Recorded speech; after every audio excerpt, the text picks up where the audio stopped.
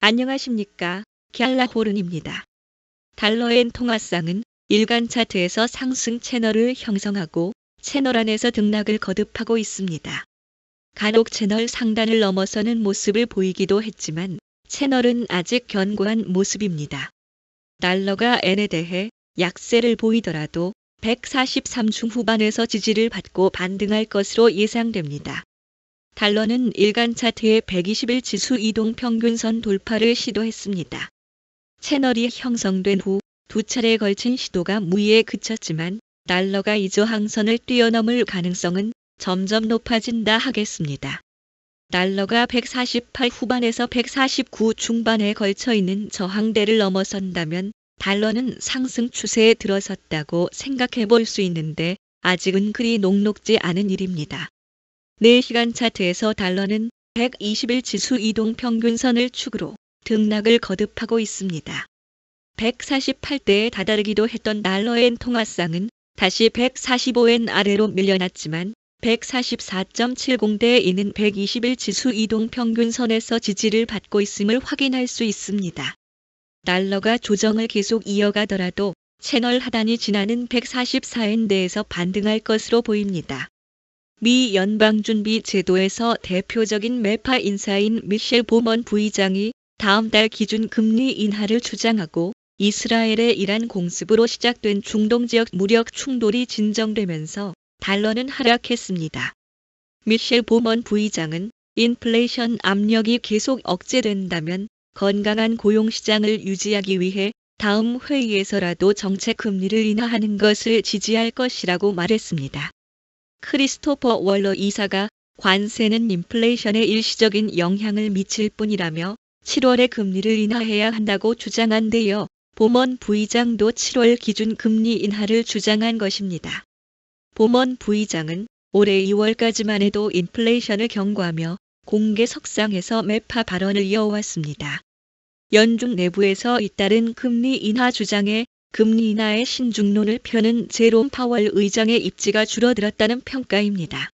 반면 래피얼 보스틱 애틀랜타 연방준비은행 총재는 현지 시간으로 23일 로이터 통신과의 인터뷰에서 미국 기업들이 관세를 흡수해왔으나 올해 말부터는 관세를 반영해 가격을 올릴 것이고 고용시장은 아직 안정적이기 때문에 연준이 금리를 서둘러 인하할 필요가 없다고 말했습니다. 보스틱 총재는 올해 경제 성장률이 약 1.1%로 하락하고 연말에 인플레이션이 3%로 오를 것이라는 전망에 기반해 금리를 올해 말 한 차례 0.25%포인트 인하하는 게 적절할 것으로 전망했습니다. 닐 카시카리 미니애폴리스 연방준비은행 총재도 현지 시간으로 24일 최근 물가 흐름은 긍정적이지만 연준이 통화정책 조정에 나서기 위해선 관세 물가 영향에 대한 추가적인 판단이 필요하다고 밝혔습니다. 카시카리 총재는 최근 2-3개월간의 물가 지표는 매우 긍정적이고 디스인플레이션 경로가 제대로 작동하고 있지만 관세의 영향이 모두 반영됐다고 보기 어렵기 때문에 상황을 좀 더 살펴보려 한다고 말했습니다. 모넥스 USA의 트레이딩 담당 이사 헬렌 기브는 보먼 부의장은 잘 알려진 매파이기 때문에 금리 인하 주장은 달러에 불리하게 작용할 것으로 분석했습니다. 하지만 제롬 파월 연준 의장은 7월 금리 인하설에 제동을 걸었습니다. 현지 시간으로 24일 미국 하원 금융서비스위원회에 출석해 아직은 도널드 트럼프 대통령의 관세가 지속적으로 물가 상승에 영향을 주는지를 지켜볼 때라고 강조했습니다. 파월 의장은 다음 달 금리 인하 채비를 할 이유는 없다며 인하 가능성을 일축하고 대신 최근 몇 달 동안 미 경제가 탄탄해 추가 금리 인상에 더 신중해질 필요가 있다고 지적했습니다. 파월 의장은 의회 청문회에 제출한 사전 발언에서도 트럼프 대통령의 관세 정책이 경제에 미치는 영향을 더 명확히 파악할 때까지 금리 인하를 서두르지 않겠다고 밝힌 바 있습니다. 트럼프 대통령이 일기 집권 때 임명한 크리스토퍼 월러 이사와 미셸 보먼 부의장이 연달아 7월 금리 인하를 주장하고 나섰지만 이런 제안을 사실상 거부한 셈입니다. 이번 달 FOMC 정례회의에서는 기준금리를 동결했지만 내부적으로는 인플레이션에 더 강력한 태도를 보인 것으로 나타났습니다. 시장은 FOMC 회의 결과를 놓고 연준이 매파적 입장을 강화했다고 평가하는 가운데 금리 인하를 놓고 분열된 모습이 밖으로 표출됐습니다. 한편 미국 6월 소비자 신뢰지수는 예상을 밑도는 93으로 나타났습니다.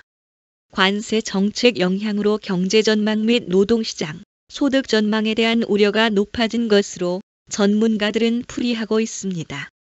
현지 시간으로 24일 컨퍼런스 보드는 6월 경기 신뢰지수가 지난달 발표치 98.4보다 5.4포인트 하락한 93이라고 발표했습니다. 이는 시장이 예상한 99.4를 크게 밑도는 수치입니다. 시장에서는 소비자들에게는 수입 관세 인상에 대한 불안감이 여전히 남아있다고 풀이하는 가운데 지난 3개월간 물가 상승률이 완만해졌음에도 미국 소비자들은 지출에 더 신중해진 것으로 드러났습니다.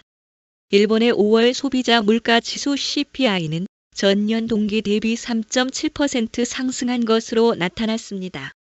쌀값은 102%나 올랐는데 정부가 이른바 반값 비축미를 방출했지만 그 효과가 아직 시장에 반영되지 않았다는 게 전문가들의 해석입니다. 일본 총무성이 지난 20일 발표한 5월 CPI는 111.4로 지난해 같은 달보다 3.7% 올라 지난 2023년 1월 이후 가장 높은 상승률을 기록했습니다.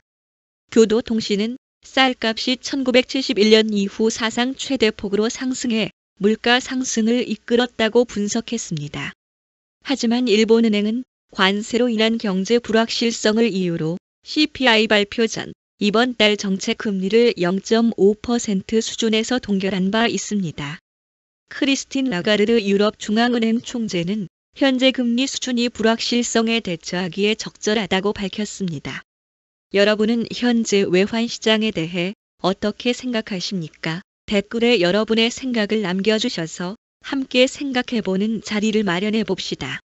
갤라호르는 트레이더의 눈으로 시장을 바라보며 투자자 여러분들이 시장에 대한 이해와 통찰력을 갖는데 도움을 드리려고 노력하고 있습니다. 갤라호른에서 제공하는 보고서는 참고용으로만 활용해 주실 것을 말씀드리며 투자에 대한 책임은 전적으로 투자자 자신에게 있다는 점을 유념하시기 바랍니다. 도움이 되셨다면 구독과 좋아요 부탁드리겠습니다. 감사합니다.